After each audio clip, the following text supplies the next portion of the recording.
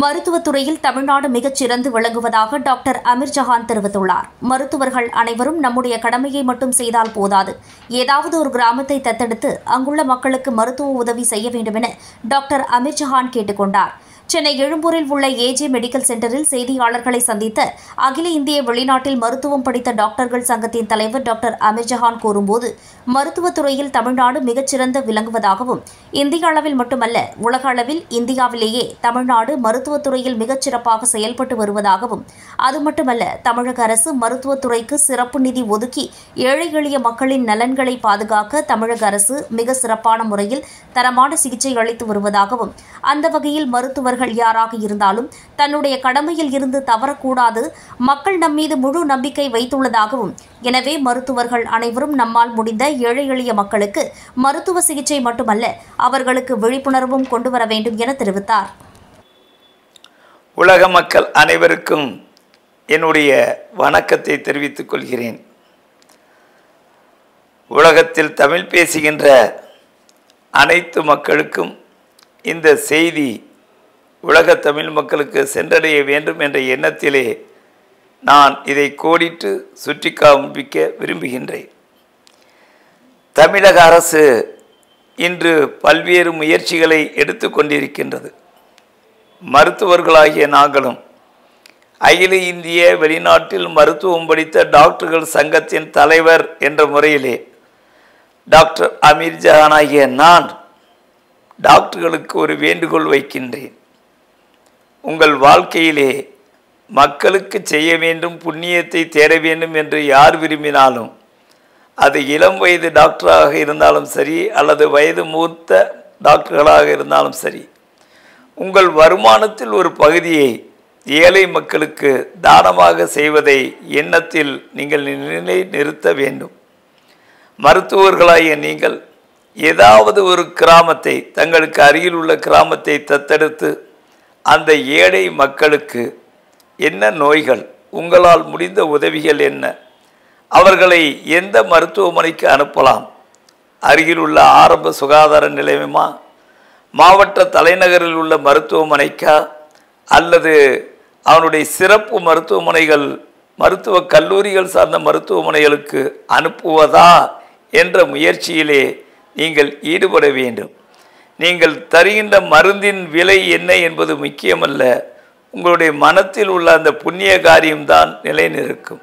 எனவே டாக்டர்களாகிய நீங்கள் உங்களுடைய பிறந்த நாள், திருமண நாள், உங்கள் பெற்றோருடைய அந்த நினைவு நாள், அந்த ஒரு நாளில் அந்த ஏழை மக்களை கிராமத்திற்கு சென்று சந்தித்து உங்களால் ஆன ஆலோசனைகளை செய்கின்ற பொழுது ஒன்று எனக்கு நினைவுக்கு வருகின்றது. நான் மாணவனாக இருக்கின்ற காலத்திலே பேராசிரியர் சாலமன் பாப்பையா கூறினார், நல்ல பதவிகளுக்கு நீங்கள் வந்தாலும் நீங்கள் ஆலமரத்தினுடைய விழுதுகள் போல் வாழ வேண்டும் என்றார். ஆலமரத்தில் தான் வேரை தேடி வரும் விழுதுகள் என்ற ஒரு பக்குவம் உண்டு. அதை ஒவ்வொரு டாக்டரும் நீங்கள் செய்ய விரும்பினீர்கள் என்றால், தமிழகத்திலே 12,000 கிராமங்கள் என்ன, எந்த பகுதிக்கும் ஒரு எம்பிபிஎஸ் படித்த டாக்டர்கள் அல்லது பிஎஸ்எம்எஸ் படித்த டாக்டர்கள் அல்லது பிஏஎம்எஸ் படித்த டாக்டர்கள் யாராக இருந்தாலும் சரி, நீங்கள் வாழ்க்கையிலே மாதத்திற்கு ஒரு முறை இதை கடமையாக, கட்டாய கடமையாக, கண்ணியமாக, புண்ணியமாக நீங்கள் நினைத்தீர்கள் என்றால், இதை விட சிறந்த மருத்துவ சேவை நீங்கள் வாழ்ந்த காலத்திலே செய்ததாக இருக்காது. எனவே கிராமங்களுக்கு செல்லுங்கள். உதாரணமாக சென்ற மாதத்திலே ஈசிஆர் ரோடிலே கூவத்தூர் பக்கத்திலே பரமங்கேணி என்ற கிராமத்தை நாங்கள் தத்தெடுத்து அங்கு மருத்துவ முகாமை ஏஜே ட்ரஸ்ட் சார்பாகவும் அகில இந்திய வெளிநாட்டில் மருத்துவம் முடித்த டாக்டர்கள் சங்கத்தின் சார்பாகவும் ஏஜே ஸ்வைதா மெடிக்கல் சென்டர் சார்பாகவும் இணைந்து நடத்தினோம். 100 பேர் வயதானவர்கள், எம்ஜிஆர் பாடின மாதிரி அந்த படகோட்டிகள், மீனவ குடும்பங்களைச் சேர்ந்தவர்கள், கடல் தரைமேல் பிறக்க வைத்தான், எங்களை கண்ணீரில் மிதக்க வைத்தான் என்று அந்த காலத்தில் கூறுவார்கள். அங்கே செல்கின்ற பொழுதுதான் அந்த முதியவர்களுடைய எண்ணத்தில் என்னென்ன சிரமங்கள் இருந்தது, எங்களுக்கு அவர்களிடம் சென்று அவருடைய உடலை பரிசோதனை செய்து உரிய மாத்திரைகளை கொடுத்து அந்த 100 பேரிடம் ஒவ்வொருவரும் அந்த தினத்திலே டாக்டர்களை எந்த அளவுக்கு பாராட்டினார்கள், எங்களுக்கு அதை உற்சாகத்தை தந்தது. சென்றவர் டாக்டர் அமீர்ஜானும் அவருடைய மருத்துவக் குழுவினரும் எங்களை அழைத்து சென்றார்கள். அந்த பரமங்கேணியிலே ஒரு கோயில் கட்டப்பட்டு இருக்கிறது.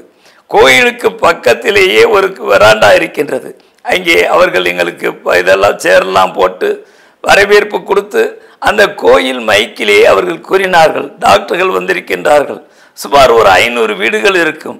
உடனே வயதானவர்களாம் எங்களிடம் வந்து பார்த்து அவர்களுடைய நாடி, இரத்த கொதிப்பு, அவர்களுடைய சர்க்கரை, இதுதானே நம்ம செய்ய வேண்டியது, அவர்கள் சாப்பிடுகின்ற மாத்திரை நல்லதா? அந்த ஒரு நாள் அவர்களிடம் நான் செல்கின்ற பொழுது 1000 அனுபவங்களை நாங்கள் பெற்றோம். இந்த அனுபவத்தை 80 வயதை நெருங்கி கொண்டிருக்க நானே பெருமையாக நினைக்கின்ற பொழுது 25 வயதுடைய அந்த மருத்துவ டாக்டரை பார்த்து நான் கேட்கின்றேன், உங்களுக்கு இன்னும் ஒரு 50 ஆண்டு காலம் இருக்கின்றது, சேவையை தொடருங்கள். மக்களின் சேவை ஒன்றுதான் மகேசன் சேவை. இது மதத்திற்கு அப்பாற்பட்டு மனிதர்கள் செய்கின்ற சேவை, மனிதநேய சேவை. இது உங்கள் உள்ளத்தை தொட வேண்டும். இதை கேட்ட பிறகாவது ஒவ்வொரு டாக்டரும் கிராமத்திற்கு செல்ல வேண்டும் என்ற வேண்டுகோளை, அன்பான வேண்டுகோளை உங்களுக்கு வைக்க விரும்புகிறேன்.